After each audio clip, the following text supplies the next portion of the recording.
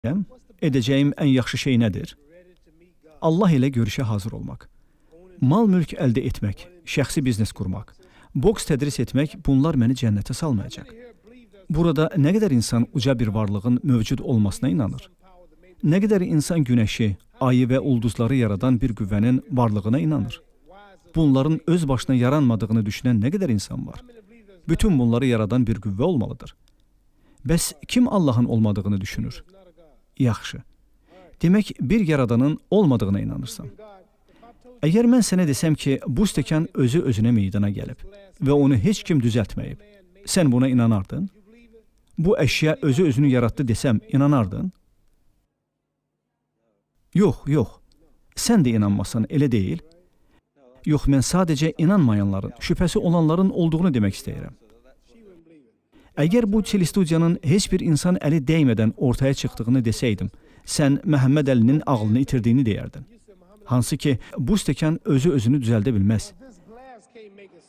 Əgər mən desəm ki, əyninə geyindiyin köynəyi heç kəs tikməyib, o özü özünü yaradıb, sən inanmazsan. Əgər sənin köynəyin özü özünü düzəltməyibsə, bu stəkan özü özünü düzəltməyibsə, bu bina özü özünü düzəltməyibsə, bəs ay orada necə var olub?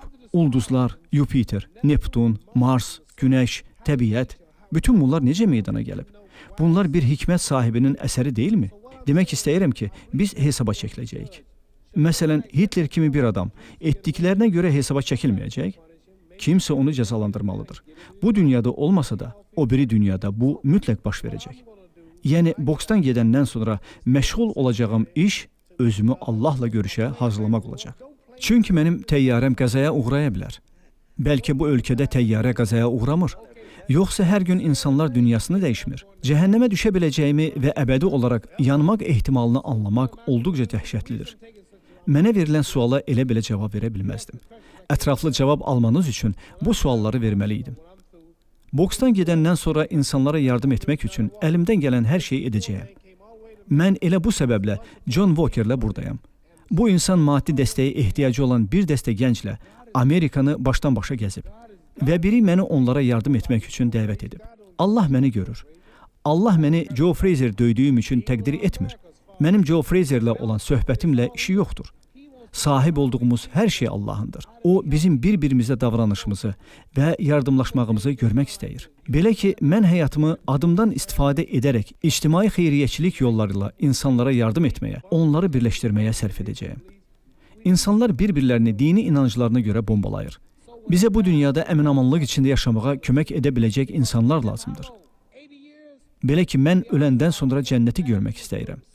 Biz axı nə qədər yaşayırıq? 80 il, sizlərdən bəziləri 20 il ərzində, bəziləri isə 50 ildən sonra öləcək və ya 30, 60, 70 il sonra. Hamımız bəlli bir vaxtda öləcəyik.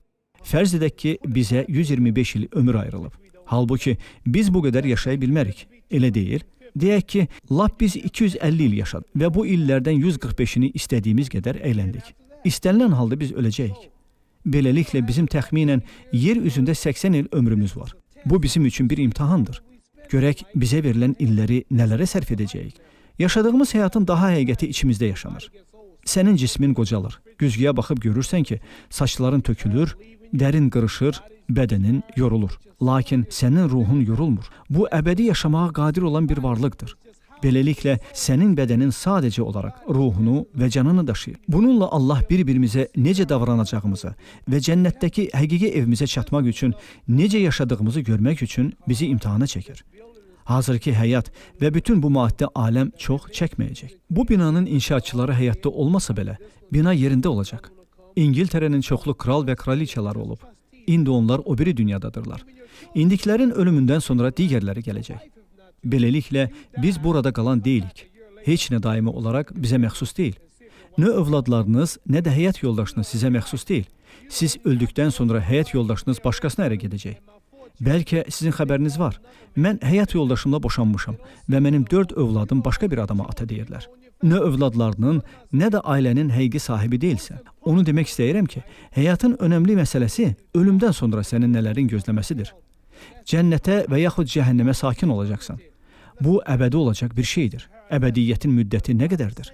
Sadəcə təsəvvür edin. Sahara səhrasını təsəvvür edin. Bu səhrada çoxlu qum var, elədirmi? Təsəvvür edin, bir qum dənəciyi 1000 ildir və öləndən sonra cəhənnəmdə sonsuza qədər yanacaqsan. Bu nə qədər davam edəcək? Təsəvvür etməyə çalışın. Mən sizə 1000 il gözləmək lazım olduğunu deyəcəm və hər 1000 il başa çatdıqda səhradan bir qum dənəsi götürmək lazım olacaq. O vaxta qədər ki, səhrada qum bitsin.